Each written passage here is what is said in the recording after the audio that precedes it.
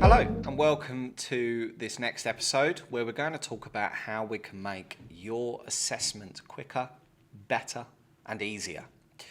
So one of the first lessons I was taught on my teacher training program was the importance of taking breaks and spreading assessment out, because one of the biggest factors that is going to affect the quality of the assessment and honestly the grades that you give out is your fatigue and your willingness to do it. Now we all know that the first students are the hardest to start marking when you've got the big list in front of you, and by the time that you reach those last few you're so ready to give up on it because you've been doing it for days potentially, that you start to feel that your comments are becoming a bit less feedbacky and more just along the lines of here's how you did. So this is a problem that I know a lot of my peers face, and I wanted to ensure that the assessment feedback that I was giving is consistent, actually hits the requirements of the external verifiers and the exam board, and is actually meaningful to the students as well. So let's dive in and have a little look at some of the tools that I've made and how you can create your own. Okay, so I've created an entire website here which has all of the tools that I use to help me come up with different comments, as well as some other admin tools which we'll go through another time, some of the resources that I've made as per the last episode, and some things that I've just generally been playing with. So these are some of my marking tools. Now what they are is the specification of the awarding body that we are with, which is UAL, specific to the course that they are doing, and I've given it the grading matrix, and I've given it some of the general commentary that I typically use for each grade, and I've asked it to elaborate on that and turn it into this checklist that will then generate a report based on their grades. So I am still marking the student. This is a really important thing which we'll talk about towards the end of the session. You must make sure you are the one marking the student. You cannot trust AI to do it for you. So within this, if I believe that my student has achieved a good, which is a merit, satisfactory in their planning, a excellent in their practical, and a satisfactory in their reflection, and I press generate report, it's then going to give me the feedback for the student, okay? Now, level 2, I got it to be intentionally quite small because I didn't want to overwhelm them. But as we get up to, for example, let's go straight up to our second years, the students who are about to go off to university, you see that the feedback is going to be a lot more detailed. So again, we're looking at a merit, distinction, distinction, merit, distinctions, merits, distinction, distinction. We're going to generate a report. You can see here that there's a lot more going on. Okay, there's feedback, there's feed forward. Now, obviously a big issue within this is you don't want to give every student the exact same feedback, but that's fine. You just include various comments that fit the criteria. So every time you click generate, it's going to give you some different feedback. But I hear what you're saying. This isn't really specific. This is just giving them generalized feedback based on the kind of quality of the actual grading matrix, which is what we grade on within this. Yeah, that's true. So I created some tools that actually give some specific feedback too. So for example, this is my research feedback tool. Again, you are only limited really by your imagination and the time that you want to put into making these things good. The first few iterations of this tool weren't very clever. So I had to keep going in and just asking the AI to make them better, which we'll talk about in a little bit. So here I have some example research from one of my students. And I've just copied and pasted it off their website, hence why it's a little bit messy because it isn't in the format that it is on their site. And I'm going to paste that in, and I'm going to get it to analyse that research. And here we go. So it's going to, some of the comments aren't particularly clever because it is just picking up on titles and saying that they're too short of a paragraph. But here it's picking up on citation issues, where they can improve their analysis, again, citation issues, clarity of sentences, etc., etc. It also will pick up on strengths. Here we go. So this bit here is using specific evidence, quotes, effectively using specific evidence, clear topics. Again, some of them aren't particularly clever, but you can choose which ones are there. What's quite nice as well is it gives me a summary of their entire thing, how many words, how many paragraphs, and what the next steps that they should do are. But what about things like reflective writing, which are a little bit harder to assess because they're quite personalised? Well, I've made a tool for that as well. So here are my students' weekly logs, and I'm going to go into this now, and I'm going to paste that in. I'm going to get to analyse that reflection. It's got some general strengths, some general areas for improvement. It's given it an overall reflection score, and it's also got some specific quotes with references to what the students have said and some recommended next steps. But how did I make this? So I won't lie, this one will take a little bit of going back and forth. It's not going to be as quick as getting it to develop a lesson plan or to embed English or maths. There's a little bit of work that we need to put into this. So we'll get so far with it, but then it will kind of be up to you to take it, perfect it, make sure it's giving you exactly what it is that you want and that the feedback it's giving is quite meaningful as well. So let's dive in. Now, the tool that I'm going to use for this isn't actually going to be ChatGPT, because the issue with ChatGPT is that it gets fairly limited with regards to the coding that it comes up with, and it isn't particularly meaningful. Claude, which I've used before, is quite good, but it only has a character limit of something like 500 lines, something silly. Gemini, on the other hand, doesn't appear to have a limit. At certain peak times, it will struggle. At certain times, it will also start logging you out. But that is only really when you get into the realms of 5,000-6,000 lines of code, which we don't have. So let's give it some context. I'm going to choose a course that I don't teach. Let's say, let's do a level 3 carpentry course. Now, the most important thing here is that you do this in chunks. Do not just say to it, this is a course, I want you to create an assessment tool including all of these units, and I want it to have all of this feedback and feed forward, and I need it to be, you want it to be in chunks. So let's chunk it down. So let's first of all say, can you find the units and requirements for the City and Guilds Level 3 Carpentry program? Okay. So it's going for the typical units, requirements, assessment, etc., etc.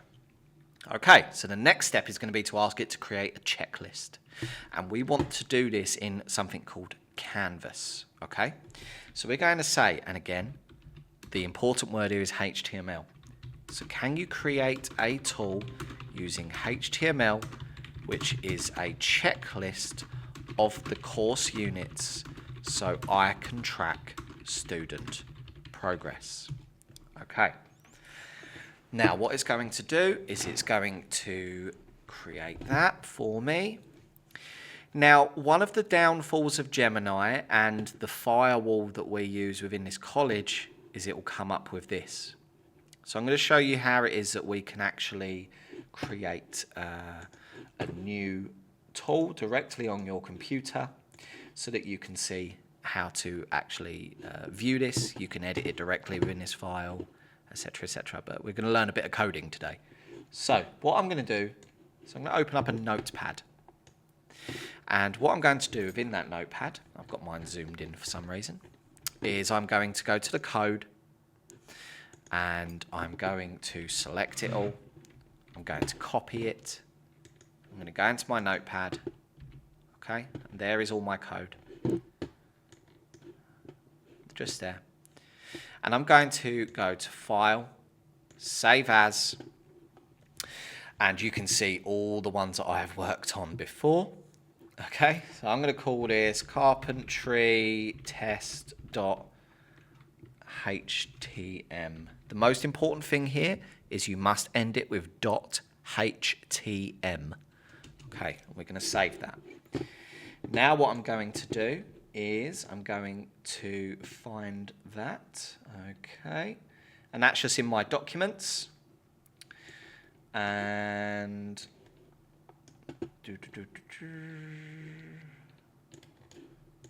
just searching for that in the background. There we are. Okay. So there is my carpentry test. So if I double click this, here we go. All right, so I can tick these, and this is quite basic, obviously. So let's make it better. So, again, thank the robots. I'm going to say, this is great, thank you. Can you include the specific unit requirements within the checklist? And it's going to start rewriting that. Now, the one thing with Google Gemini I find is that it's not as chatty as ChatGPT, but it carries on straight away with the job. So this is going to give us some of the requirements. Now, obviously, I don't know this course. I could go in and look at the specification, but as I previously mentioned, I'm lazy. So we're just going to see what this has come up with based off of that. So again, I'm going to copy the code. I'm going to go to my notepad, and I'm just going to get rid of that, paste in the new stuff. Now I can just press save, and I can go to that file again. And here we go. All right, so now it's given me some of the specifics. Nice. But I want it to be better. So we've gone from this to this. So, thank the robots. Thank you. I'd like this to generate feedback every time I check off a unit. Can you do this for me, please? And now we're going to sit here and wait for it to add that in. Now, you don't need to know HTML to know what it's putting in. The nice thing about this is it's going to give you these little notes. So you can see it's got a light grey background. You can change that if you want. That's just a hex code. All this is to do with the alignment. There we go. And we go down and we can start to see some of the unit requirements there. And it's put in here, marked as complete, marked as incomplete. Let's see what it's managed to do here. Sometimes it needs a bit of a prompt, a bit of a kick to add more in. So I've just saved that again. Open it up. Okay. It's not really what I wanted it to do. So, what I want it to do is actually give me some feedback I can give to my students. So let's give it a context. So thanks to this, this isn't really what I meant. I'd like to generate specific comments that I can give to my students in their assessment feedback. Can you add this, please? And this is what I mean about chunking it. If you try to give it too much, it will start to struggle because it will start to forget things. It will start to get its wires crossed, no pun intended. And it'll kind of set you back if you add too much. So I find the best way to do this is to just keep adding bit by bit by bit.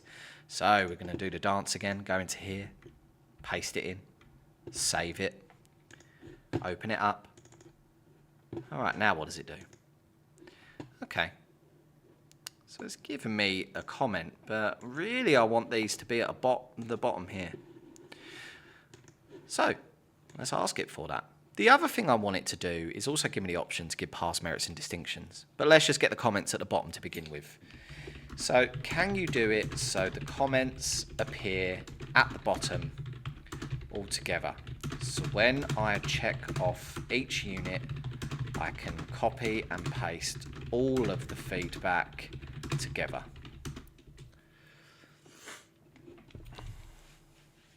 And it's going to think about that. And it's going to start rewriting it. Now, really, again, you are only limited by your imagination and how much time you want to spend on this. So, it's going to keep going. Very good. All right, and we're going to copy this, do the dance, paste it in, save it, see what we've got. Now, I'm going to boom, boom, boom. And here is all my feedback at the bottom, just like I asked. All right, so we've gone from this, to giving us feedback, to giving us more specifics, to actually putting it at the bottom. All right, now I want this to be based on past merit distinctions, really. So, again, let's go back. Great, thank you. Can you make this more based on past merit distinctions so I can give more specific level-based feedback? I'm not sure that's really how to write that, but I'm only one coffee in, so that's how my brain is telling me to write it right now. The beautiful thing is that it knows what I'm talking about. So this is now going to go through, and it's going to add in some more generally tailored comments for the students. See, it knew what I meant. Okay, great. So again, it's pretty quick. I challenge any of my colleagues that know how to code that fast. I know I can't. So we're going to go into this now, paste this, save, reopen it. Okay, so now I can go pass, merit, merit, pass, and it's going to give me the feedback and the actual grade there. Okay, great. Now that is not enough for an EV. If I was to give this to my EV, they would probably say that my feedback is not feed forward, it's not highlighting what it is that they could improve, etc., etc.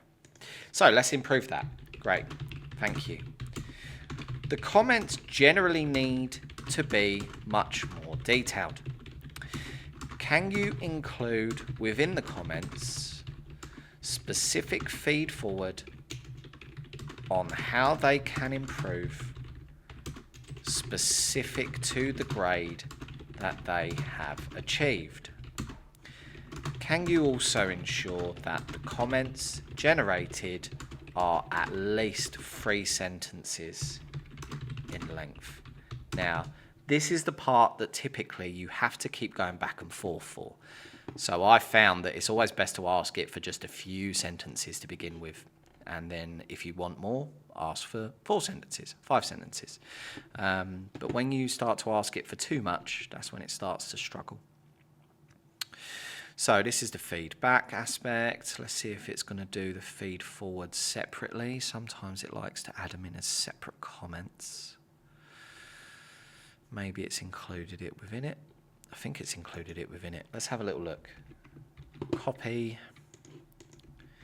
paste, save, open, okay, merit, pass, what's it got here? Feedback, that's better. Seek opportunities to mentor peers on best safety practices, nice. All right, so it's getting there. What else might we want to include? Can you also include more commentary within the feedback about the importance of maths, English, British values? Let's go back to that. This should be relevant to the unit feedback and meaningful. That's the most important thing sometimes. You just have to say to it that it needs to be meaningful. Otherwise, it can sometimes just start throwing in pointless random comments. The thing to remember is that these systems are built to try and sort of appease you. So it will do what it thinks it's meant to do. But it doesn't necessarily mean it's always going to get it right. Okay, so you can tell it's putting a lot more commentary within these because it's taking a little bit longer. And we're going through. Dun, dun, dun, dun. Nice. Okay, so let's go back to this. Paste this in, save it. And it looks like nothing's changing each time I paste, but I just got to say it obviously is, because if I now go down, it's added in all of those points that I've wanted. Now, how can I actually get this onto something I can use? Well, you can just keep it from this notepad and this file. I've got loads. Or, like I've done, you can host it directly onto a website. So I've just used Wix here and embedded the code. Or like I've showed you before, you can have a Google site whatever it is that you need. So there you go. It looks really complex, but actually it's not. It's just about having that conversation with the AI, telling it what it is that you want, chunking things down into small steps, and then building it up slowly. So the tools that I developed for mine are obviously quite detailed. Asking it to come up with varied comments for it was just another prompt I gave. Asking it to give more specific feedback feed forward based on feedback that I'd already written was another thing. So there are a couple of things that you need to consider with this. The first thing is that some people worry about the feedback that you're giving in the, is it actually your commentary, thus is it meaningful, and is it allowed? Well, actually, one of the things I've found is a lot of examining bodies and EVs are starting to develop their own GPTs to do this exact thing. So if the exam boards themselves are doing it, then obviously surely we can too. As I said, the issue isn't that we're not marking it, which I'll talk about in a moment. All you are doing is you are generating a tool which is going to do what we all end up doing anyway, which is just trying to find different ways of rewording the same sort of commentary to make sure we're ticking the boxes that the EVs are looking for and that gives meaningful feedback to our students. The thing that this will give you is consistency, and it will give you high level commentary. Now, I wouldn't use these tools to actually mark your work for you. A case example recently is that we gave ChatGPT a student's website. We gave it the marking criteria. Now, we had already marked this student. We thought that they were a pass. We said to ChatGPT, based on this unit criteria and based on this website, what do you think it is? And it said distinction. Now, obviously, we were quite taken aback. We do mark quite harshly, but we didn't think we marked that harshly. So we asked it for specific examples of the student work and how it is that it came to that decision. To which it said, I can't see the website. So we said, well, how did you base that grade then? And it said it based it off of the commentary we'd already given it. So unfortunately, we are not at a stage yet where you can completely trust it. The thing to remember is that these tools hallucinate. And by that I mean they are just guessing what the next thing is that they are meant to say. And they are basing it off of what they think they can see, what they think you want to hear, and what they think it should do. So giving it specific commentary, specific examples, and specific steps in small chunks is the best way forward. Now, in the next episode, we're going to look at some of the other tools that it can create to reduce some of your admin tasks. So things like email generators, smart target generators, or just general tools to make your day-to-day life easier. So I'll see you in the next episode.